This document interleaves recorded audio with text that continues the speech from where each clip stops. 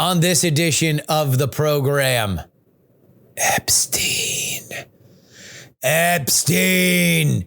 You want Epstein? Oh, do you want Epstein? We're going to give you all the Epstein you can possibly handle. Michael Tracey's on the show. We talk about old Epstein, current Epstein, future Epstein. What's Steve Bannon hiding?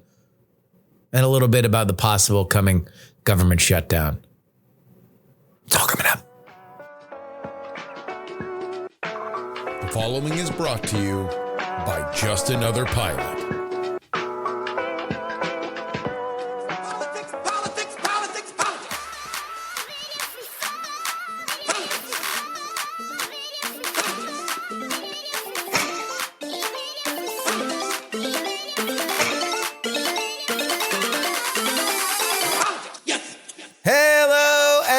Welcome, everybody, to the Politics program. It's your old pal, Justin Robert Young, joining you here on this Wednesday, July 23rd, 2025, from Austin, Texas. Had to do a real quick two-step on out to San Francisco, help shoot the OpenAI podcast that will be coming your way next week. Should be a fun one. Everybody can get excited about all that. But I want to give you a quick thing here. We're going to do a whole hour about Epstein. If you want Epstein talk, then you're going to get a lot of it. Michael Tracey's on the show. We're also going to talk about the government shutdown. But look, hey, it's July. There's not a lot going on. So I'm going to tell you a personal story. So I've been going out to San Francisco periodically because we're shooting this OpenAI podcast, the official OpenAI podcast, available wherever you get your podcasts on the OpenAI YouTube channel.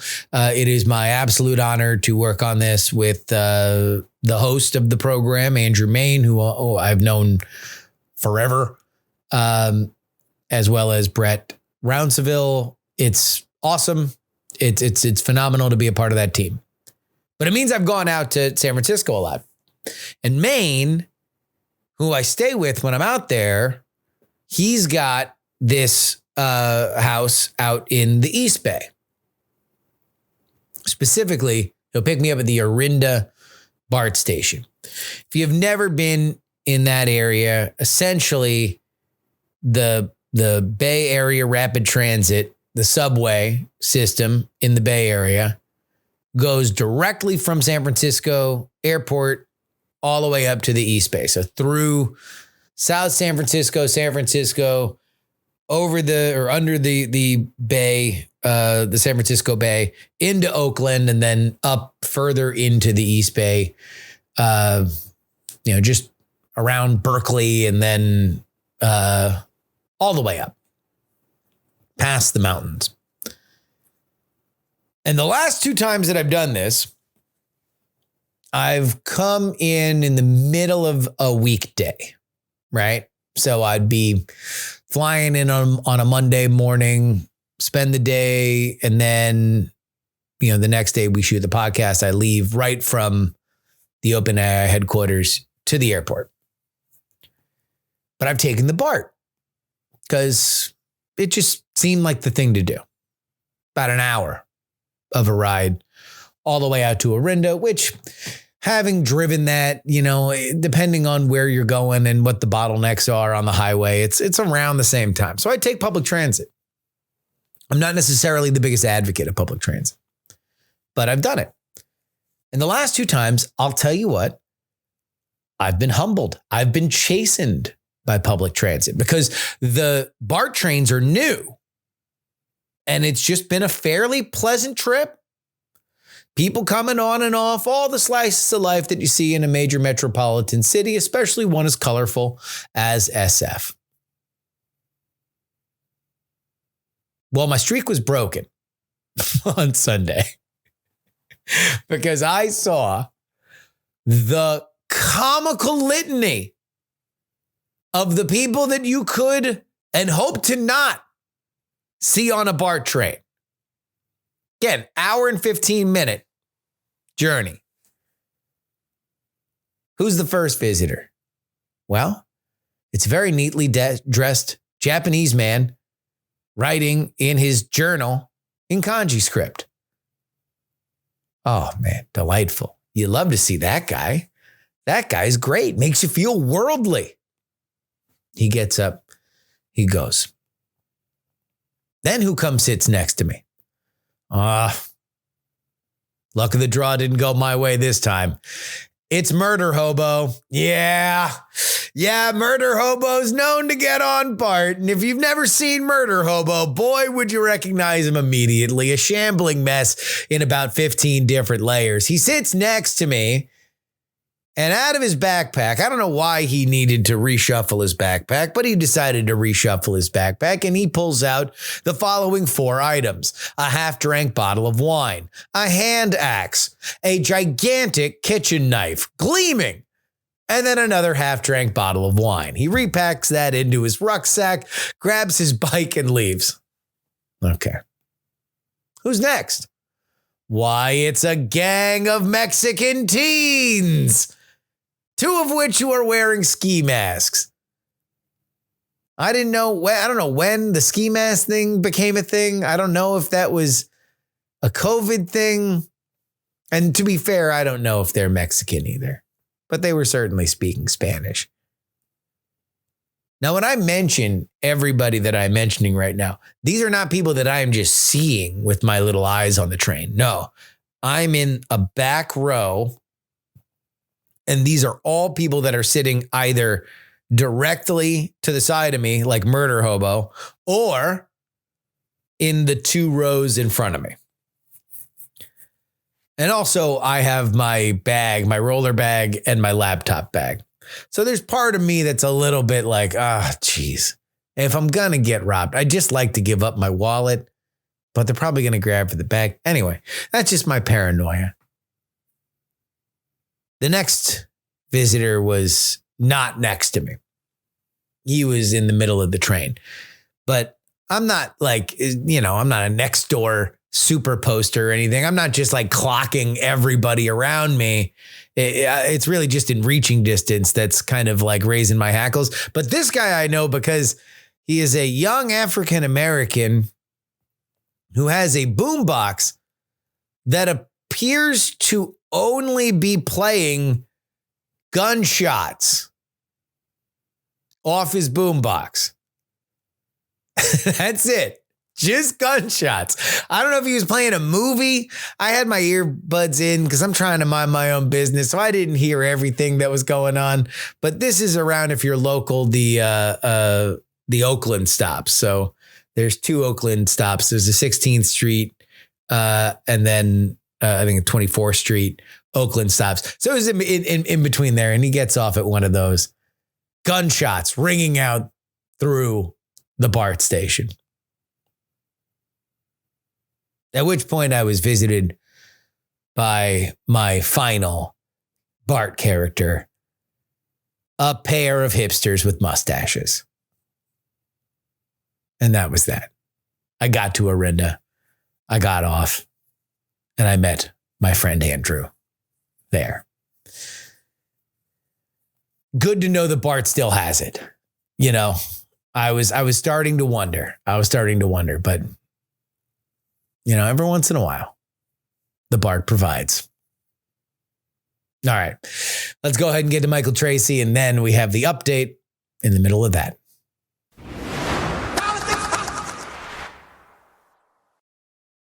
I would like to welcome to the program somebody who I am very eager to discuss this particular topic because it is everywhere. It's all anybody wants to talk about. It is inescapable in the world of politics right now. It is, of course, all things Epstein, and he is Michael Tracey. How you doing, buddy? I'm doing okay. It's Epstein summer. 2024 was Sabrina Carpenter summer or Brat summer. If memory serves. Mm-hmm. I think 2025 is just indelibly now Epstein summer, despite him having died purportedly in 2019. So we've had a revival summer here. So I'm hanging in. Trends do lag sometimes. So 5 years off, now we have the Epstein stuff. Although I guess really like the heyday of this was in the aughts. And that is kind of the era in which the kids look back on 20 years later. In all seriousness, let's begin with the news. And that is it appears that the Trump Department of Justice now realizes they could not tweet past this with a 2-page memo. They are not only asking for judges to unseal evidence from grand jury testimony, but also now possibly organizing the interview, if not public testimony, of Ghislaine Maxwell. Before we get into the larger Epstein stuff, because I think you've been a very unique voice on this, what do you make of the current news that is breaking as we speak today on Tuesday? Well, petitioning for certain materials to be unsealed in the Southern District of New York is in a way a bit of a non sequitur, because when people imagined the quote unquote Epstein files, they were not imagining files that could just be unsealed pursuant to ordinary process in a judicial proceeding. The idea was that the DOJ had unique materials in its own possession that it could unilaterally choose to disclose. Yeah. Now, I'm in favor personally of maximum disclosure on this issue, but it's been known for years, decades even at this point, that there were additional materials that had been sealed pursuant to the multiplicity of civil litigation that has been ongoing related to this matter. So I think, people who aren't that well versed in the details and who were initially incensed by the initial announcement. Yeah. On 4th of July weekend, bizarre timing, the Sunday night of 4th of July weekend, that, the investigation was essentially closed. There were no third party people to whom minors were trafficked, et cetera. Yeah. The thing that set off the firestorm. I think those people already were not that well versed in the details, but now the Trump administration can do some damage control with that constituency by giving them the impression that they are going to pursue transparency or disclosure by making that petition in the Southern District of New York. But that's not even within the remit of the DOJ per se. That's why they have to. They can ask for it, but it's not a thing that they can do unilaterally. And in terms of Ghislaine Maxwell, well, when that memo first came out, one of the talking points that you heard, or one of the questions that was commonly asked, including to me many times, and no matter how many times you answer it, people just don't seem to absorb the answer. But the question that was constantly asked was, if there were no clients or there was no list of prominent individuals who were implicated in some pedophilic sex trafficking ring, then why was Ghislaine Maxwell ever prosecuted? Why is she in jail? Yeah. That's kind of the question. That's sort of the low IQ question that people who are just like responding to this thing hyper reactively and emotionally will ask. And, there's a simple answer to that question, which is that when Ghislaine Maxwell was prosecuted in 2021 and convicted, she was convicted for participating in a sex trafficking conspiracy that, according to the government, according to prosecutors, and according to the 4 purported victims that the government chose to call in that trial, the sex trafficking conspiracy consisted of a grand total of 2 people, Maxwell and Epstein. So that's why she's in prison. Yeah. And so it's not as though that question begets some grand mysterious answer that's unavailable in the public record. However, I think you might be aware, a fairly idiosyncratic take on much of this. And so I would be very much in favor of Ghislaine Maxwell being granted with some form of immunity or a commutation, even a pardon, so that she could testify before Congress or make a more fulsome public statement as to the full extent of her knowledge in relation to this issue, which she's not yet done, because obviously she was on trial. She was being vigorously pursued and prosecuted by the government. So any defense lawyer worth their salt is going to advise her to be extremely circumspect about what she says. Yeah. So if there could be an immunity offered in exchange for a public testimony, I'd be all in favor of that. I'm all I guess one of my journalistic impulses is to be in favor of maximum information generally, maybe some very rare exceptions here and there, given unusual circumstances. But I think on this, we should, if the public wants to hear from Maxwell, they should. I know I'd like to hear from her. So that is probably the root of what I find understandable in terms of the frustration around this story. While much of the details have vexed me, because to your point, it feels like there's just like Schrodinger's Epstein files for people, that there's a lot of things that people want out of this that I don't know that the evidence has ever particularly suggested. And at the root of that is this guy who, without question, recruited young girls and had sex with girls that were under the age of 18. Ghislaine Maxwell almost assuredly, or at least was convicted for finding and recruiting them. And Jeffrey Epstein and Ghislaine Maxwell were incredibly well connected throughout politics and society and government, and they consorted with various powerful people, both in Florida and in New York, as well as in Paris and everywhere else. That for some reason, we have this idea that these two things not only are married, that they trafficked young girls to these people, but also that might have been the main thrust of their existence, that Jeffrey Epstein was a pimp first and foremost. And that's what we are. And that's what we are after. And there's such a pervasive belief in some version of that, dial it down for just he's a playboy that shared underage women, dial up for like he's a satanic blood drinking, ritualist. But there's some version of that enough people are so fired up about that it seems to just fly by the actual evidence that people would be asking for or demanding right now. Like, what is the piece of evidence that would satisfy anybody when it comes to this, when there's such a wide range of beliefs? And I don't know. That's what's continually confused me is, it's like, oh, well, where's the list? It's like, what list? Like a spreadsheet that he kept, in terms an Excel of file. And an Excel file for like, oh, well, this is who I sold to this prominent person. It just, I don't know. I honestly don't know what to do with it. I know why politically it is charged, because Trump's, brand is the outsider. This is something that screams insider. This is the protection of the excesses of power. And he is looked at as turning his back on the people that want this stuff thrown out into the light. I just don't know that if everything was thrown out into the light, anybody would be satisfied.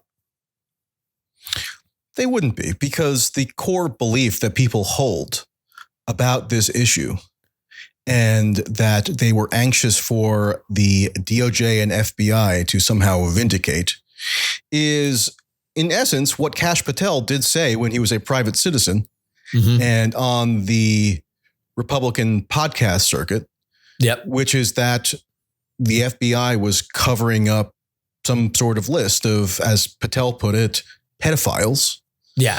And that they were covering up this list for nefarious purposes, meaning the demonic, satanic Democrats at the time under Biden were for some reason covering up this list because it would implicate their friends, allies, donors, whether it be Bill Clinton or Bill Gates or Richard Branson or whomever.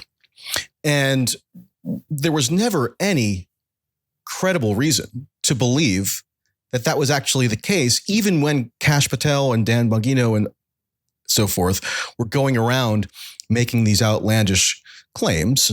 I mean, my thesis has long been that these people were raising their stature within the Republican ecosystem. And to do that, one thing that you do, especially if you're immersed in these online media ecosystems, is that you play to kind of the id of right-wing social media. Yeah. And right-wing social media is absolutely chronically obsessed with the idea that society is somehow organized by virtue of child sex trafficking rings that are interwoven with some kind of Satanism or secularism or hedonism that is destroying traditional religious values, and that we need a heroic band of warriors against the deep state to finally unveil the truth. I mean, there was a variation of this in the first Trump term in the form of QAnon, which was thematically similar to what people most maximalistly want to believe is true of Epstein. The difference with Epstein and why it's so enduring and salient as an issue is obviously there's much more of a actually existing factual predicate with in relation to what the Epstein case consists of. QAnon, which is sort of like some bizarre confabulated trolling operation. It was an ARG. It was an 8chan ARG that kept people involved in the community. Yeah.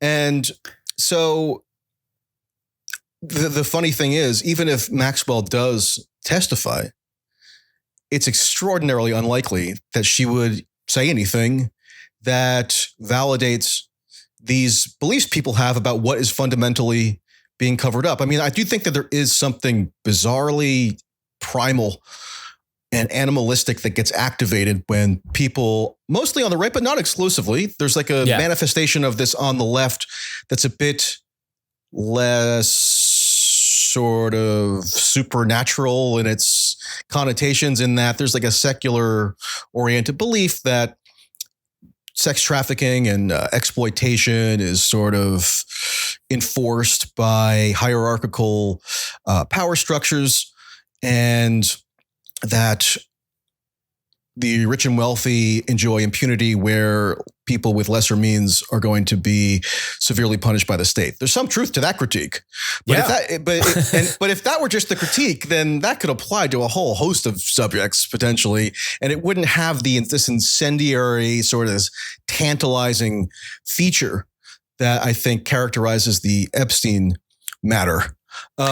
And so, but the thing is, I mean, the reason why people have been so exercised about this, because if you go look at podcasts or social media chatter on the story for years, it's all been in the domain mostly of evidence-free speculation. What people want to believe is that the distribution of power in society can in fact be explained by the illicit child sex trafficking rings. Sex trafficking rings. So in a way, that's a more simplified critique that people can have of the status quo, rather than one that is a bit more grounded in empirical reality.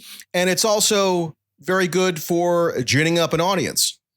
There's clips of Joe Rogan talking to like Tim Dillon, and I like both of those guys on some level. Like Tim Dillon is actually a very good comedian. I laugh at him, which is rare for me in terms of comedians. But he's talented, but like he found sort of like a niche in, I don't know, from like 2019, 2022 or something like that, where he would become like this authority of sorts within this alt media podcast world on Epstein and Maxwell. And, he was adamant that there was some blackmail ring yet to be uncovered that would get to the deepest dark secrets of the power elite. It was based on speculation and conjecture. It was entertaining for people to consume on their phones or whatever while they're on the treadmill. But I just don't think it was ever particularly tethered to the evidence. So people don't particularly care about the evidence here. Otherwise, there's many banal explanations that I could explain if you'd like that shed light on a lot of the stuff. Yeah, I think you've kind of touched on another side of this that has always been there, but has continually emerged, which is the Jeffrey Epstein asset side of this. That is, it's not just there is an eyes wide shut level sex trafficking conspiracy where all the world's elite, share in this horrifying practice, but there's a little bit of that, but really it's for a honeypot. So insert agency, CIA, Mossad can control the world, which kind of meets this moment of Israel being a very center piece of our modern political landscape. But before we get to that, point, really quickly. Yeah. All right, go ahead. So you've heard a million times, if you've consumed any of the popular media coverage around this issue, particularly on YouTube or social media, that there's this one infamous quote, notorious quote from 2019 when Alex Acosta, who was then Trump's first term labor secretary, but was also the U.S. attorney in South Florida when Epstein was initially prosecuted in 2007, 2008. A notorious quote that gets constantly cited is from a 2019 Daily Beast article by Vicky Ward, in which she claims that a former Trump administration official at the time told her 2 or 3 years prior to that when Acosta was in a meeting with Trump transition officials after the 2016 election, Acosta said that he was told that Epstein, quote, belonged to intelligence, and that's what informed the arrangement of the non-prosecution agreement in 2007, 2008 that people perceived as lenient. So that's one piece of evidence you hear all the time. There are huge problems with the veracity of that evidence, which we could also get into. But you don't hear the countervailing evidence, which is that in 2020, Acosta sat for an extremely laborious and extensive and comprehensive investigation by the Department of Justice Office of Professional Responsibility, which examined every conceivable aspect of how that non-prosecution agreement in 2007, 2008 came about. And Acosta was specifically asked about that press report from 2019. And he, under oath, under penalty of perjury, directly and unambiguously denied that he ever had knowledge that Epstein, quote, belonged to intelligence or that affected in any way his handling of the arrangement of that non-prosecution agreement. So there's like some evidence that people cling to because it's very scandalizing and sensational, and other evidence which just does not penetrate the popular conception of this issue at all. What do you know in your worldview on this to be true about this whole thing? Like what are your North Stars as all this information comes in, as somebody who's, studied it and obviously is frustrated by the modern discourse? Yeah. So just by way of a little bit of background, I've been aware of this story since I think January 2015, when a court filing was made public that Virginia Giuffre, sort of the original and most influential high-profile accuser, filed. It was like a motion for joinder is a legal term. And it was in that filing, again, under penalty of perjury, that, or under the litigation privilege, to be a little bit more specific, that Giuffre alleged not just that Jeffrey Epstein was guilty of illicit sex acts with minors, but that there was this sprawling pedophilic sex trafficking ring, and she claimed that she had been trafficked to multiple prominent different individuals. Men. Yeah. Right. The thing that I'm increasingly inclined to surmise is that the motivation for her making that filing was that she was on like a personal crusade once she got in touch with certain lawyers, that she had the ability potentially to penalize anybody that had been, by her perception, in Epstein's orbit. And so she was aware that Dershowitz, for example, Alan Dershowitz, was in Epstein's orbit as one of his lawyers who negotiated the non-prosecution agreement in which Epstein did plead guilty to 2 fairly serious state-level crimes. He was subject to a term of incarceration. He did have to register as a sex offender, which he adamantly claimed he should not have been forced to do. But the DOJ actually, if you go and read that report, it stuck pretty hard. It was pretty steadfast in insisting that there be some term of incarceration imposed on Epstein, whereas that might not have been the case if the DOJ had not interceded and it was just left to be handled at the state level. But that's getting a little bit into the weeds. So what I sort of have come to surmise is that there were these outlandish claims made early on that caused a media firestorm the firestorm originated with the claims of Virginia Giuffre, and it just kind of snowballed from there. So, for instance, people who are kind of just casually familiar with this story know that there were all these prominent men accused of having been the recipients of minors for sexual liaisons by way of Epstein. Lolita Express, The Island, that's where all of this kind of comes from. By the way, on Lolita Express, Epstein never named his plane Lolita Express. That was a nickname that just came about and then was used in the media, right? Yeah.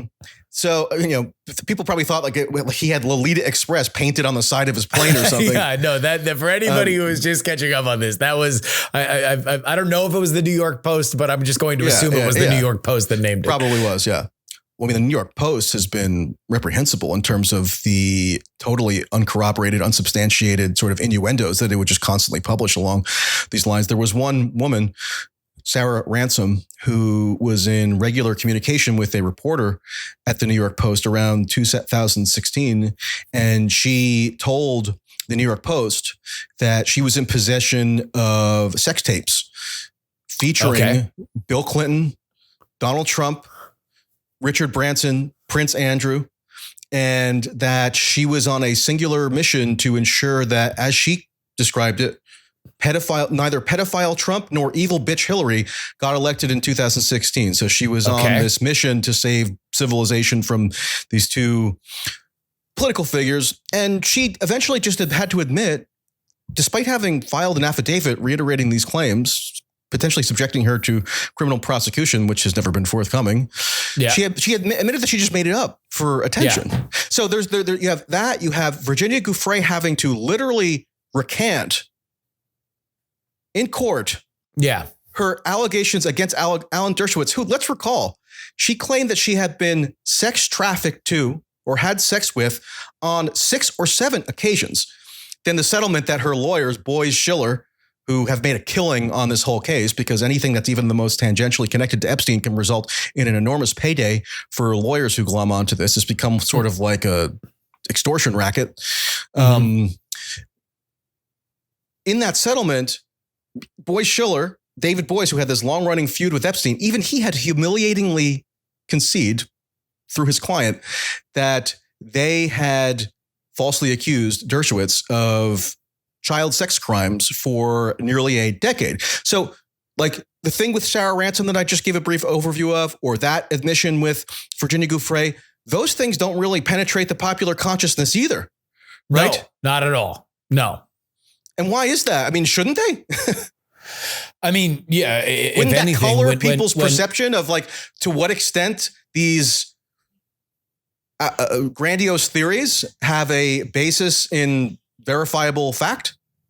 I mean, if anything, the Giuffre death that happened a few months ago, was kind of heralded as its own little mini conspiracy theory scandal, that this was, tying up loose ends. But no, nobody really talks about the idea that this has been largely walked back by the people that talked about it. And if anything, it has taken on a life of its own, despite the fact that, to me, and this is what really just kind of gets my goat about it, is that this all seems like very plausible, that there is a world in which the sexual peccadillos of Jeffrey Epstein and Ghislaine Maxwell, which we know about, where they recruited young girls and they gave them a massage, and then he would push them for something more, and then he would lure them with trips all over the world. And that is a thing that happens. This is not a shocking concept that a rich, powerful man would try to lure young women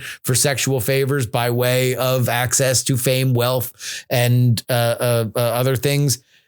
And then also, he had these friends, and the idea of marrying them into that he's sharing them or trafficking them for either money or access or anything. It just, I don't know. And you also got to bear in mind that crazy. Again, this doesn't penetrate the popular consciousness at all, particularly on the internet, where my followers just to give you like a little background sort of insight, have been completely up in arms for the past 2 weeks over my coverage of this on both left and right. I mean, every algorithmic incentive militates against applying what I would call sort of a rational scrutiny to this issue. If you want to build up followers, what do? You post the most scintillating interpretations of what could be conceivably covered up here. You don't actually go through the court records and do a fact-based evaluation of any of these claims, because if you did, then the audience wouldn't find that to be very appealing. So, that's what basically I've been doing. And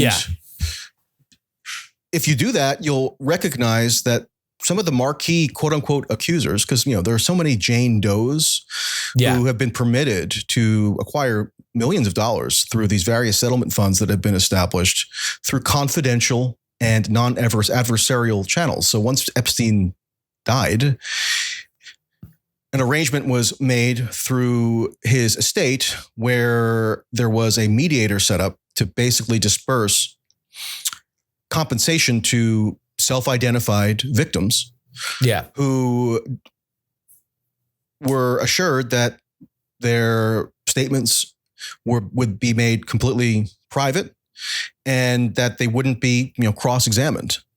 And actually those included the alleged victims who then were called by the government to testify in Maxwell's trial. I mean, these are people who received millions of dollars. And I'm sorry, to question like the monetary incentives and how that could have contributed to the creation of a narrative that maybe is not so tethered to the factual record, I just don't find that to be like something that we ought not to do because we're going to re-traumatize victims or because we're defending pedophilia. I mean, that's absurd. But a lot of the marquee victims were women in their 20s. They were adult women. The ones who have been named are adult, many times adult women.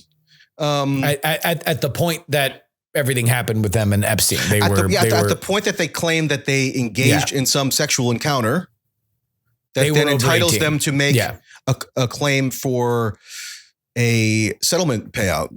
They were adult women by their own telling. CNN had this woman on primetime just last night, Maria Farmer, who is currently suing the FBI.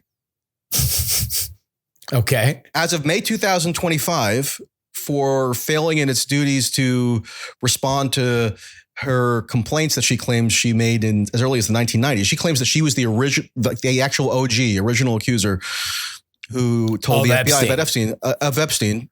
Virginia Giuffre was more central in kind of whipping up this sort of mythological frenzy, but Maria Farmer claims that she was the literal technical first in terms of having made an accusation to the FBI that pertained to Epstein.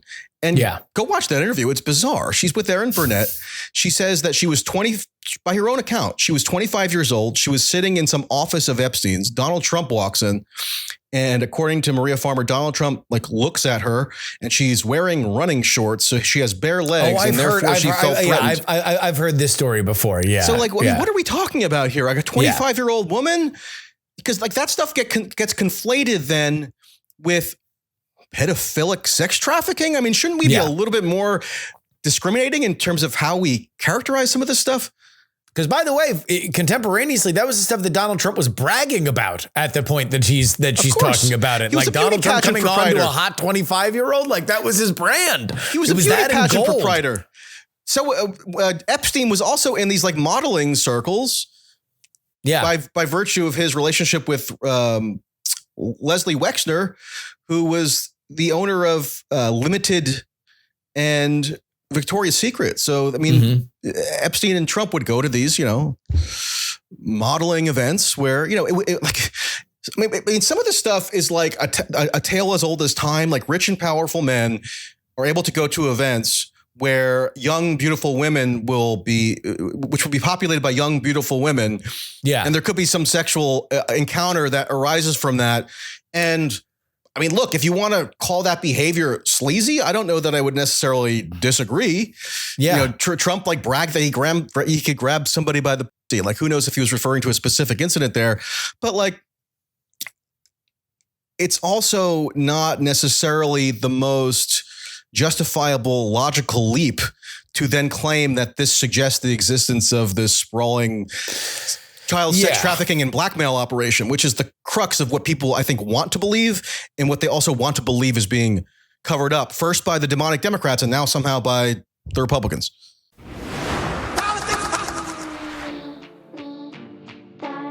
This is your update.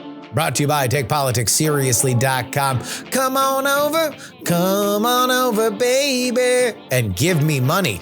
Not just for no reason. I'm going to give you 2 bonus episodes in exchange. You want to know everything that's going on? Now's the time to do it.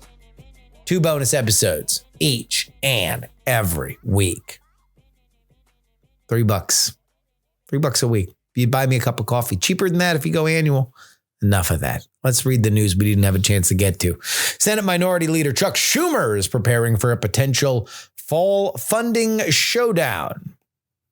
Schumer is engaging in discussions with his caucus to determine a strategy for handling the September 30th deadline. Democrats are considering various approaches, including making demands on Republicans in exchange for funding support and ensuring that Senate Republicans do not pursue GOP-only spending tactics. Democrats are mulling a range of proposals internally with Schumer about what conditions they can place on Republicans in exchange for voting to move ahead the shutdown averting legislation, according to 2 people granted anonymity to Politico. So far, Democrats have floated the idea of making Republicans agree to a deal on the budget process and specify policy concessions, or locking in a commitment from Senate Republicans that they will not support additional rescissions packages, potentially publicly or in writing. So this is the next big kerfuffle that we are going to face, and that is the funding of the government. Now, unlike a rescissions package, which was just simple majority, unlike confirming the various people in Donald Trump's cabinet, which is a simple majority, this is going to be the old school 60 vote threshold. So that means Republicans have 53 votes. If everybody supports, it on the Republican side, you need 7 Democrats to cross the line and support things. So there's a few things at play. Let's do on the Republican side first. Obviously, a lot of this stuff is controversial, and Donald Trump is a pugilist when it comes to getting his way and exhibiting his power in D.C. And the Republicans say that they want to do more rescissions packages, that they did an $8 billion rescissions package. They want to do more. Okay. Democrats don't want any other budget cut at all whatsoever. And so they want to make a deal with the Republicans. Don't do any more of that. And maybe we'll consider having 7 people that are probably up for election soon cross the line to fund the government. But then again, there are some people on the Democratic side that want to shut down the government. They want to demonstrate to their hardcores that they are fighters. They are not people that will just sit around and do whatever Donald Trump wants. Schumer desperately does not want to do that, because Schumer believes that the second that the Democrats shut down the government, that means that now they can never claim the high road when Republicans want to shut down the government. But we will see. NPR editor-in-chief Edith Chapin announced her decision to step down effective September or October. Chapin, who joined NPR in 2012, expressed pride in the organization's accomplishments and confidence in its future. Speaking of those rescissions package, Congress voted to strip more than $1 billion in funding from the Corporation for Public Broadcasting, which allocates those dollars to outlets like NPR and PBS, although Chapin said that this was not related to that. A lot of hand-wringing, Sturm and Drang about public media recently in light of the rescissions package. We had a great conversation about it on We're Not Wrong on Wednesday. We'll have more conversation from emails that people sent in about it. I think it's going to be interesting to see what happens now that rescission is passed, because one of the talking points that public media has made is that, hey, we don't really even get that much money from the government. So don't even think of us as like fully funded by the government. We get 1%, which I've heard is kind of more. Well, now $1 billion of it has been taken out. And it's going to be very interesting to see what changes, if anything. As for Chapin, I buy that they were leaving no matter what.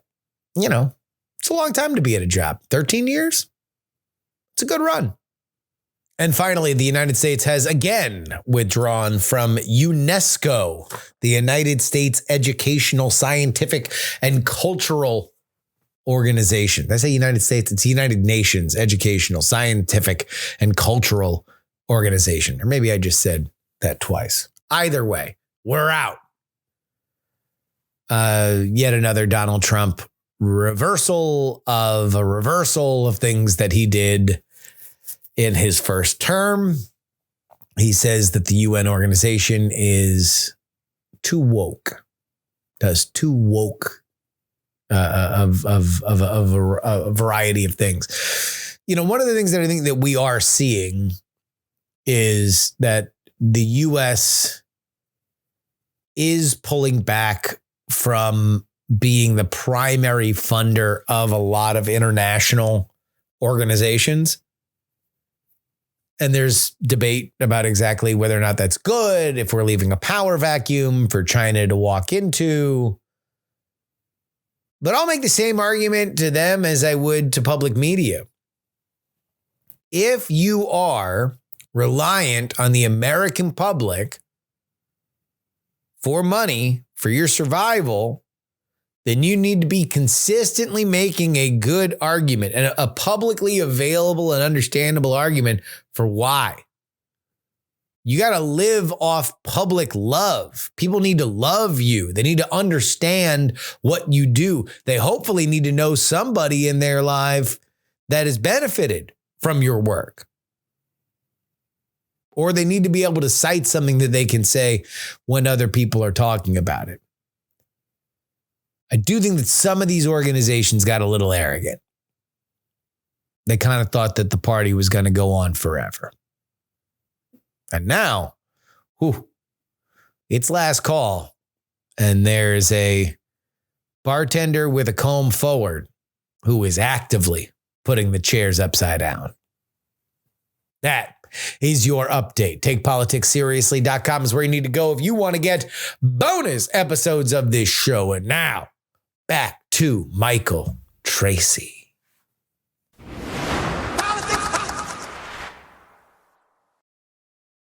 The most realistic thing that I could say that could be being, covered up on some level would be that somebody that was known to be underage had sex with somebody that we know as rich and famous or powerful at a party that was thrown by Epstein.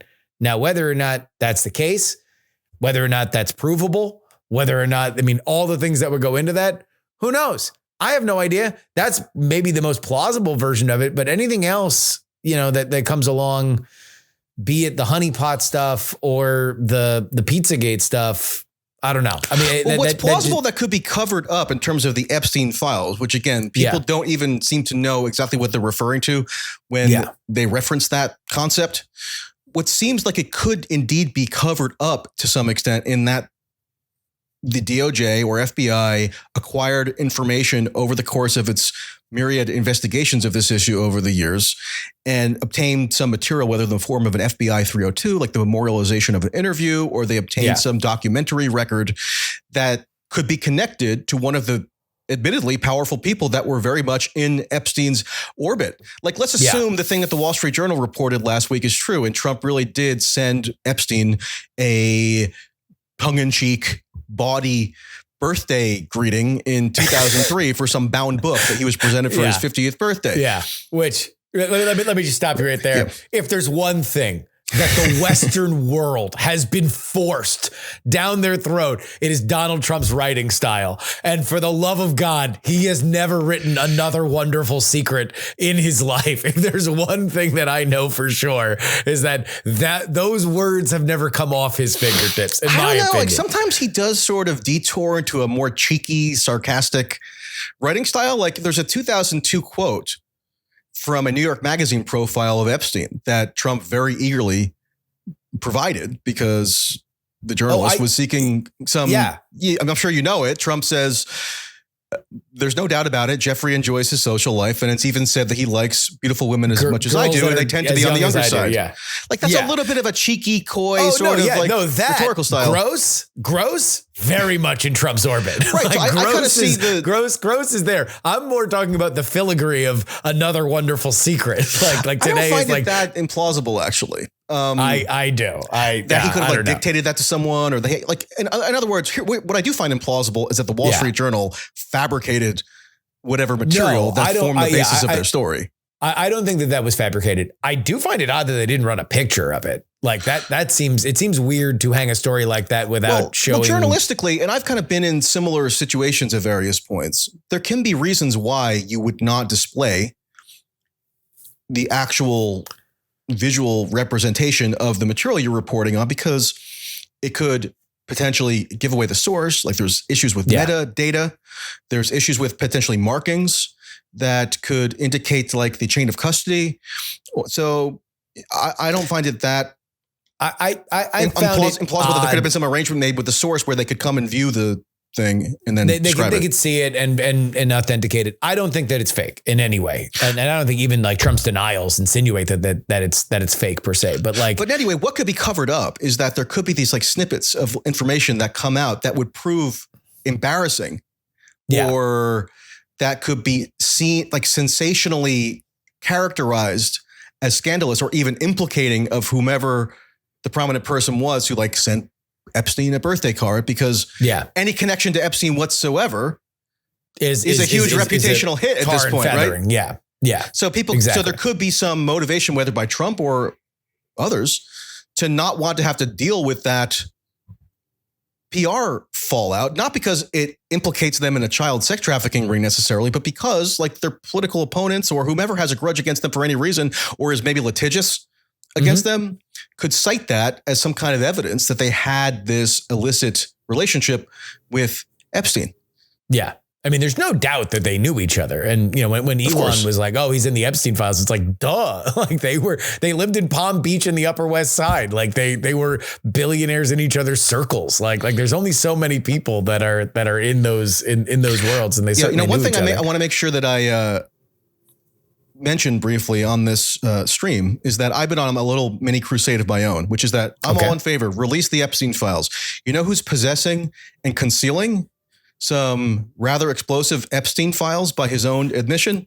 Let's go. Steve Bannon. That's right. Yeah. Steve Bannon. Okay, so Steve Bannon gets to go around pontificating as though he's on the vanguard of demanding. The philosopher king of MAGA. He's the philosopher king of MAGA, but on the Epstein issue, he's the one saying that we need a special prosecutor. We have to demand disclosure. He was like giving constructive criticism to Trump in that like first week or so when the backlash was at a fever pitch over the DOJ and FBI memo. He went to the Turning Point conference in Tampa and was, like acting like he's fighting this grand battle for maximum Epstein disclosure. And nobody asked him, or he's almost never asked. I asked him. He didn't respond to me when I wrote my article last week. And I talked to him before about other subjects. Yeah.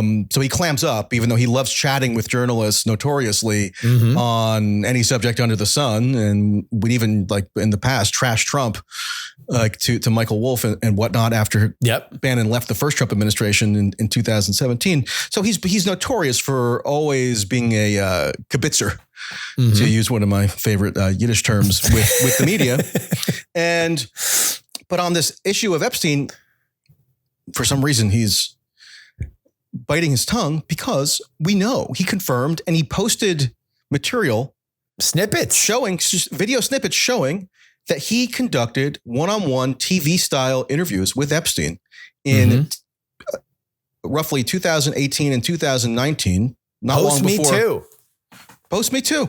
Post the Miami Herald series in November 2018 that breathed new life into the whole Epstein saga by harnessing the cultural power of Me Too. And in terms of the Me Too component here, don't take my word for it. That's what Julie K. Brown, the author of that series, credits for the revitalization of attention around Epstein, which is sort of ironic because like people on the right tend to claim that they're skeptical of like the epistemology of Me Too or like some like exhortation that we must believe women without verifying things or whatever, but they make an exception here for whatever reason. Anyway, according to Michael Wolff, who people have raised questions about the credibility of in various respects or the reliability of, but there's no really dispute at all that Michael Wolff and Steve Bannon were in regular contact in the first Trump administration. Got exiled from MAGA. He got sloppy Steved because he talked too much to Michael Wolff. Yeah, Michael Wolff's like his first big Trump book that sold an absurd boatload of copies. Like my dad got one for some reason. He doesn't even read those books. He wrote, I don't think he ever read it. I think it's in some... Which was a ridiculous book. I mean, like Michael Wolff is such a gossipy little guy, but like the book is absolutely insane. But Bannon talked to him. There's no doubt that Bannon talked to him. Right. So he had this relationship with Bannon. And according to Wolff, who wrote another book that was much less read in 2021, Bannon had met Epstein or was introduced to him under circumstances that have been elaborated upon. I would love Bannon to explain how he came to meet Jeffrey in December of 2017. And then according to Wolff, Bannon and Epstein developed a very close relationship, regular phone calls, regular emails, regular in-person meetings, some of which were actually documented by other sources beyond Wolff. Like the New York Post has an article where like some, little spy of theirs spotted Bannon going into Epstein's townhouse in New York on a particular date. So we have like additional substantiation for this.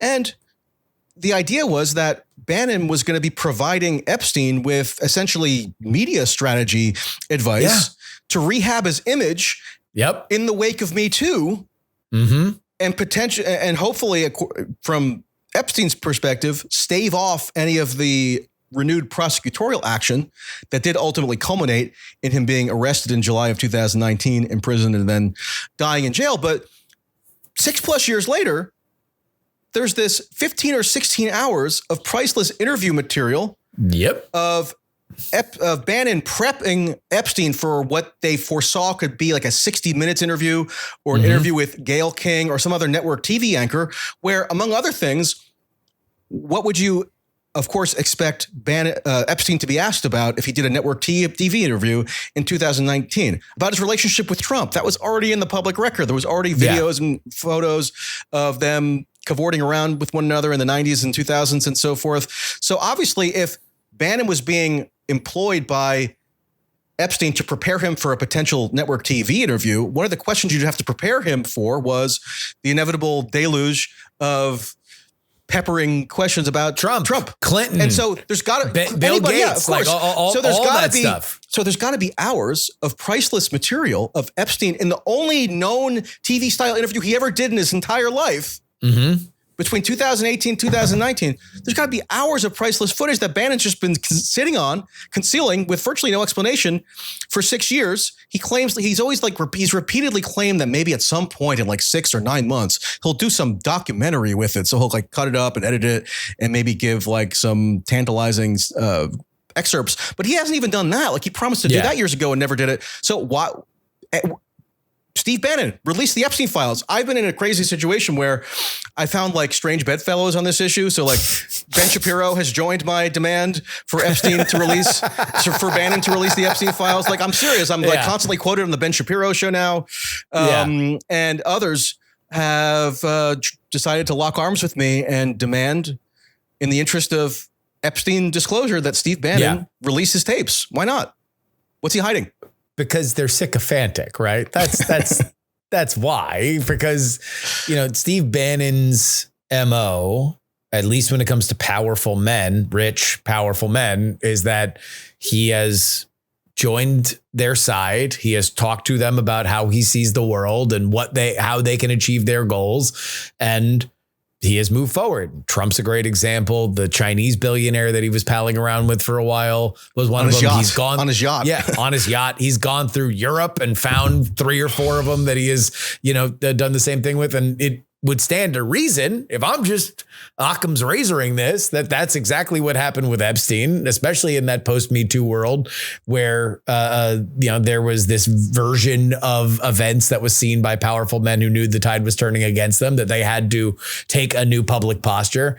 And so the only thing that's crazy about this is that Bannon at some point was proud of the fact that he had talked to Epstein and now desperately does not want to show anything. What stands to reason to me is that whatever Bannon's sycophantic attitude or not toward powerful people in general, his current position is that as like the Svengali or the philosopher king of MAGA and Trump. Mm-hmm. And so he's never going to directly criticize Trump, even when he was sort of like raising concerns about bombing Iran, for instance. Yeah. It was never framed as any kind of direct attack on Trump because that would kind of blow up his entire dynamic in terms of... He's already done it once and it led him to Epstein. Yeah, he did it. Well, right. He did it once and it got him called Sloppy Steve, but then I guess they eventually reunited on some level.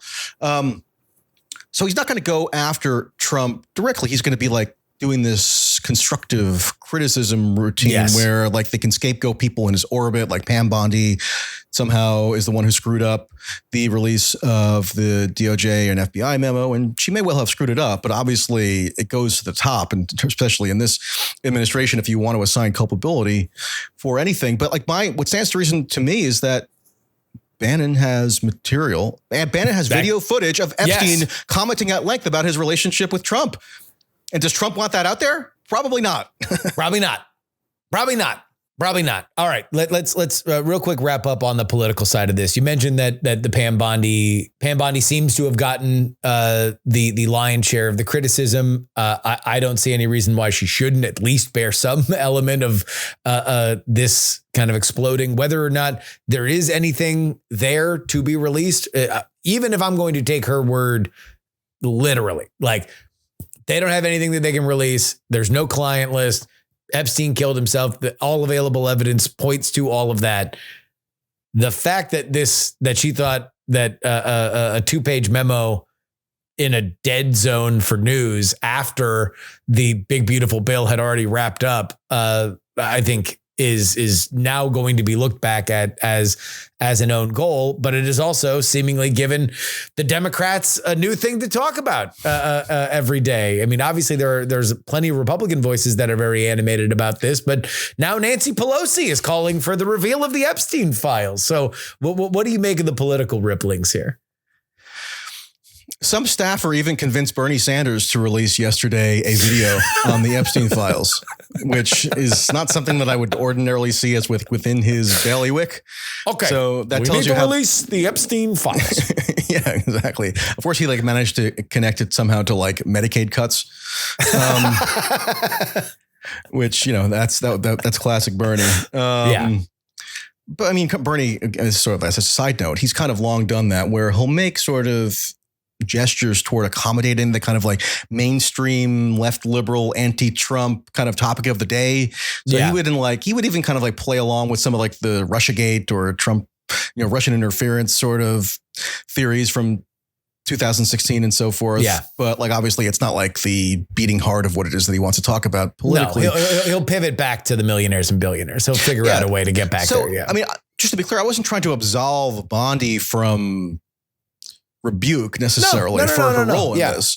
I actually think that Kash Patel and Dan Bongino, if they have any just basic honor as public officials, should resign. We have footage of Kash Patel on podcasts saying the FBI director has the list of pedophiles on his desk effectively, or he's the one who controls it and he's concealing it. At this point, he was talking about Chris Wray. Yep. He's the one concealing it because they want to protect the pedophiles. Almost an exact quote from Kash Patel was, put on your big boy pants and tell us who the pedophiles are.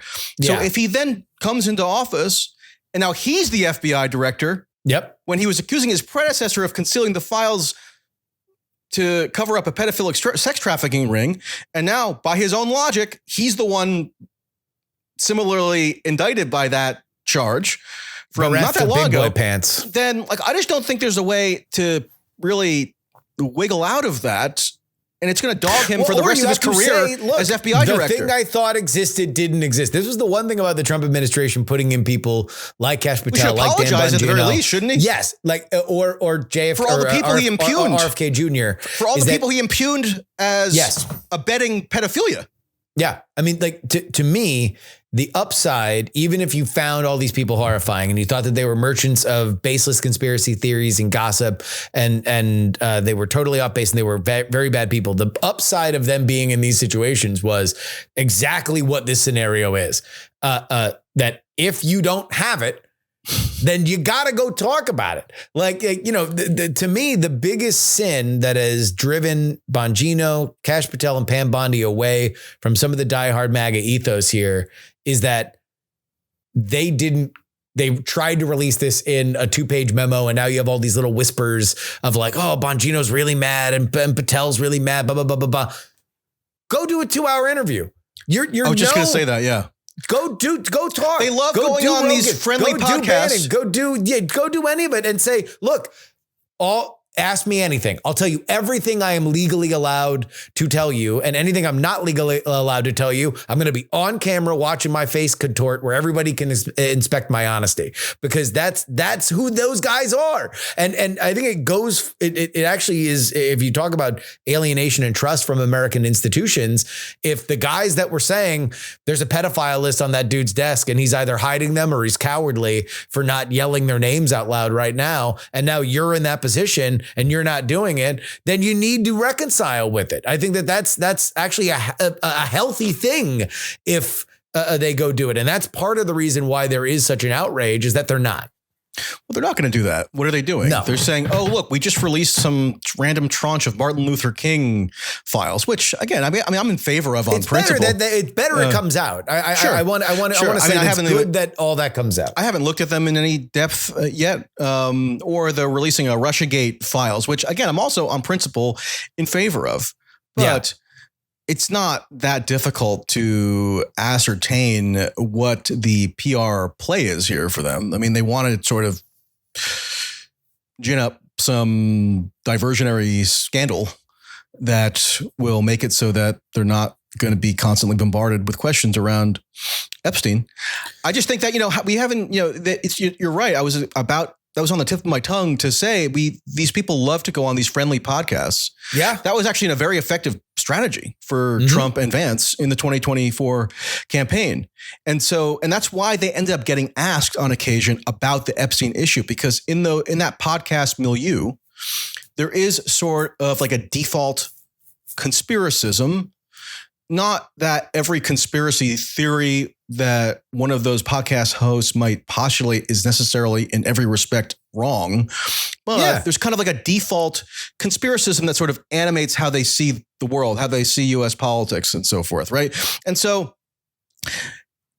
it makes perfect sense that when J.D. Vance was on with Theo Vaughn, he would say, sort of release the Epstein files.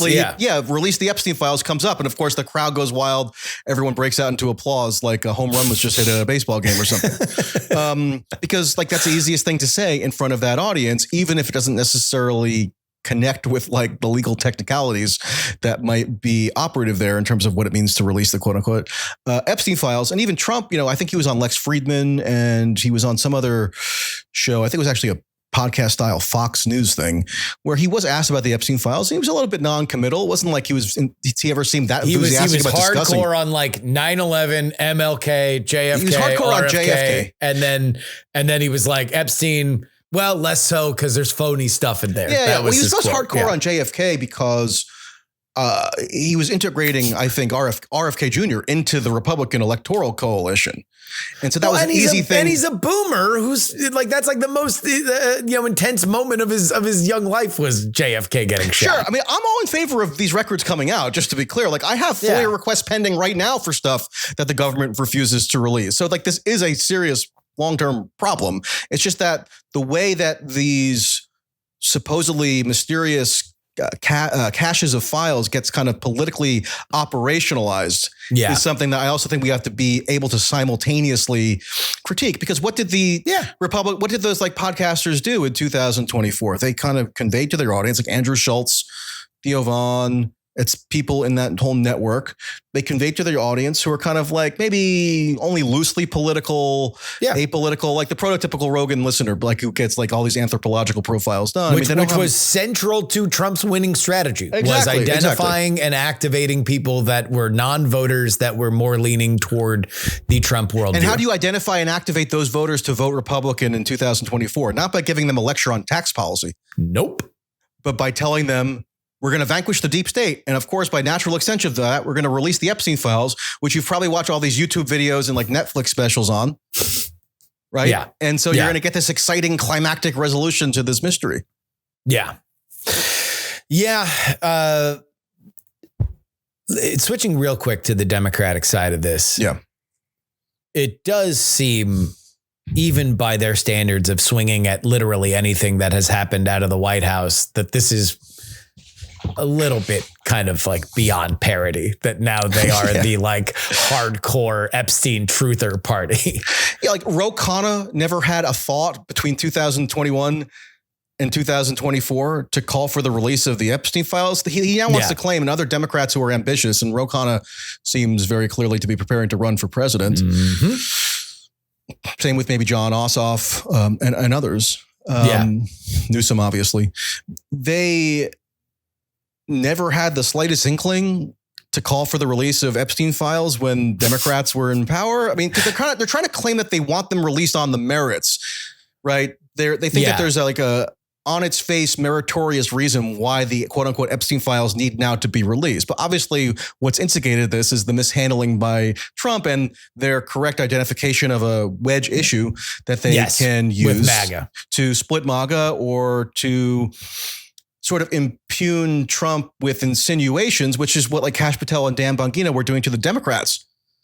Previously. Why aren't they releasing the Epstein files? Why aren't they talking about it? Why aren't they talking about it? What are they hiding? What are they hiding? They're so afraid that it's going to implicate them in something. And so the Democrats are kind of doing the inverse of that. I mean, it's very cheap and predictable. Yeah. The problem is that it doesn't tie into any other core values that they have. And, but that would also insinuate that they have the existence of right now. Like, what does the modern Democratic Party stand for? There's a reason why everybody's fishing for something.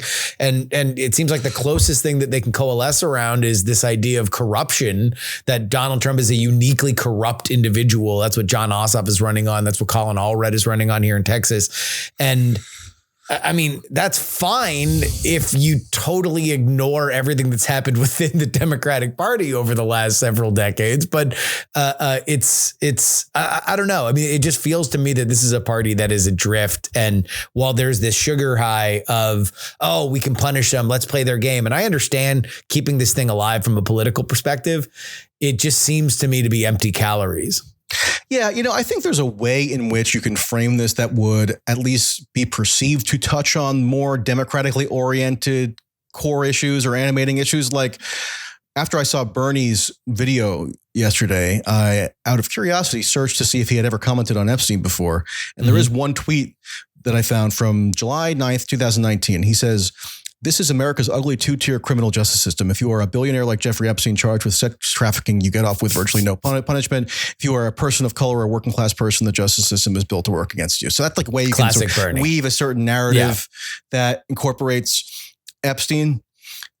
But yeah, at bottom, the reason why they're turning this into a frenzy now or trying to like egg it on or keep it alive is because of the short-term political damage that they perceive it could inflict on Trump. I think people who assume it's inflicting sustained damage on Trump are getting a little bit ahead of themselves. Like there are people saying, oh, the Republicans are not going to lose the midterms because of Epstein files. Well, Get out of here. The historical trend would be that Republicans would lose seats in the midterm elections anyway. I mean, Trump lost seats in 2018. Yeah. Right. So with or without the Epstein files, that would be the most probable outcome.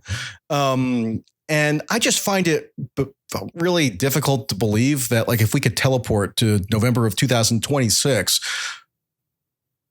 a significant percentage of voters would be telling us that they are voting in the midterm elections for their local congressman or senator, or whatever, because or governor, Epstein, based on Jeffrey Epstein. Like, really? People think that's how voters sort of develop their preferences? That makes zero sense. I just think, it's just it's something that it's going to be kind of like a continuous nagging nuisance for Trump. I can see that, but I think people exaggerate the kind of existential political impact, in part because they want to like kind of keep the story going for all the salacious reasons we've already reviewed, and also because the Democrats obviously have an incentive to exaggerate whatever sort of wedge they can foist upon Trump and his supporters. I think that so much of this was literally timing. There was no reason that this had to be that memo had to be put out when it did, right? This is not a thing that was tied. They could have just never put out a memo. They could have literally said nothing. They could have also said, while Israel was bombing Tehran and we were thinking about joining the war, they could have said, oh, by the way, we may or may not be getting into a regime change war in Iran. Epstein killed himself, for the record. There's no client list. Anyway, we just took out the nuclear facilities. Like there's a million different ways you can do this. And this feels like the most Trump 1.0 that this version of the administration has felt to me, in that it's just chasing its own tail. It was an own goal, and now there's nothing to talk about. I guess I would distinguish it from Trump 1.0 in that the issues that perpetually dogged him in Trump 1.0 didn't so much flow from Trump himself. Like Robert Mueller was not appointed by Trump, right? There was this whole fiasco at the DOJ where Jeff Sessions had to recuse, and then Rod Rosenstein, the deputy attorney general, appoints Mueller. We can, people forget about all these details, but like it was something that was sort of impinging on Trump, or from his perspective, interfering with his conduct of the presidency that was outside his control. But now, like, he's much more fulsomely in control. Like, would Pam Bondi or Kash Patel have put out that memo without Trump's sign off? I think that's impossible to believe. No, I mean, I don't think that it was done without a sign off. To the extent that he's now being roiled by this, it stems from his own choices. Oh, totally. I mean, I think, and that's, to me, I don't know. And this is stuff I've heard, but I have no definitive proof that, like, there is an element of freelancing of how to handle things that people within the Trump world has. And so it's less the like, oh, Trump, if Trump didn't want something out, nothing would get out. And then you don't have to post a wall of text truth social posts where he's disowning his supporters or his guys and gals. They're weaklings and my past supporters and or blah, blah, blah. He have to say Epstein hoax, which, like, if people hear that, they say, wait a second, the whole child sex trafficking ring was just a hoax? Like, and who knows what Trump is even referring to when he says hoax? Could it mean that he's claiming that, like, Maureen Comey and Brennan and Obama, like, planted stuff to implicate inside Trump? The files? And it wasn't even clear, like, what he meant by hoax. So people thought he was just, like, discounting the entire thing, which maybe he is. I don't know.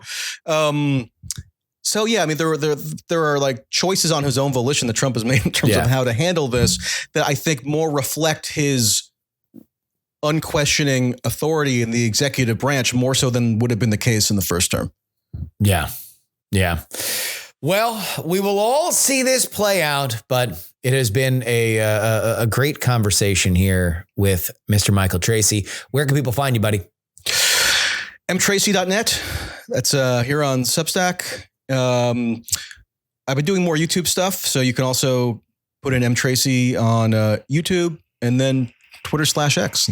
Same name, mtracy. That works. If you are not following the Substack, if you are not subscribing to the Substack, if you are not following on X, you are a fool, my friends. It is ridiculous. You are probably saner than I am. Because Michael's doing great work. Thank you so much, man. All right. Enjoyed it.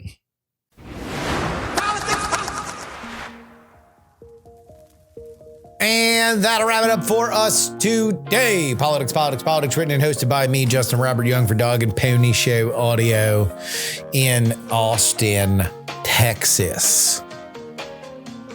A big hat tip to the producer of this show, Will Saddleberg, as well as the editor for the OpenAI podcast, because he's working on both. So thank you, Will. Thank you. If you want to email the show, it is theyoungamerican@gmail.com. You can find, follow, and share video clips of the program. Justin R. Young on TikTok. Justin R. Young on Instagram. Politics on YouTube.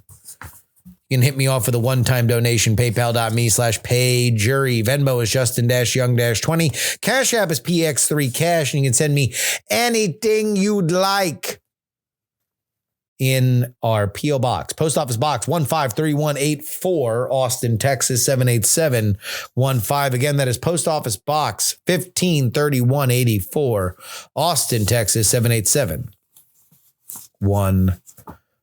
The only way that you get your bonus episodes of the show is if you head on over to takepoliticsseriously.com. Just become a paying member. Easy peasy lemon squeezy. Only one way to do it, and that is $3 a week.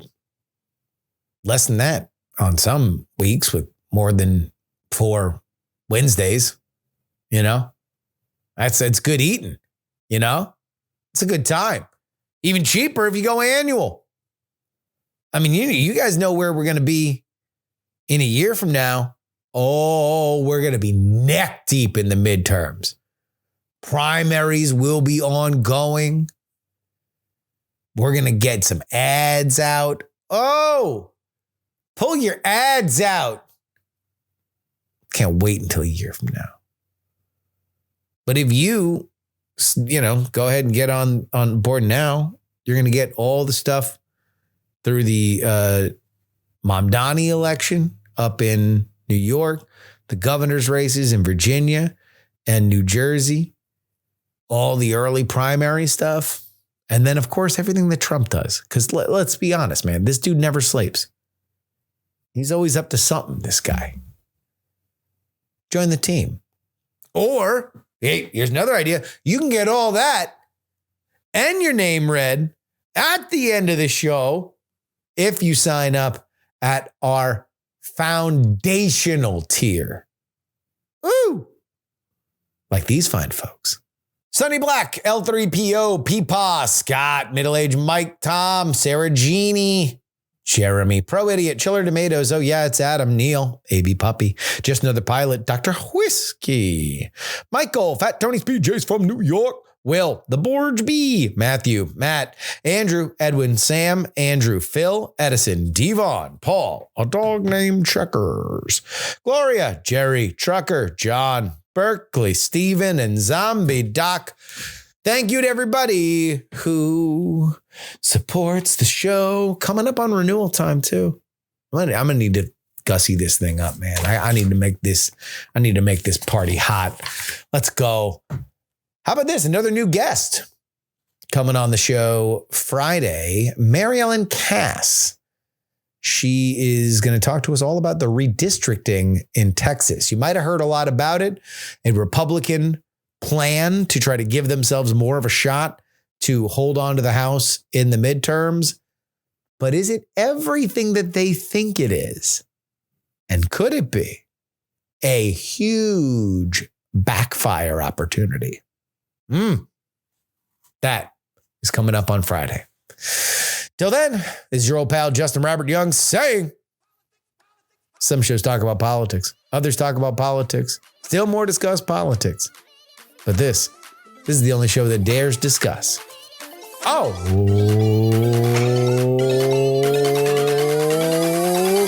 3. Diamond Club hopes you have enjoyed this program. Dog and Pony Show Audio.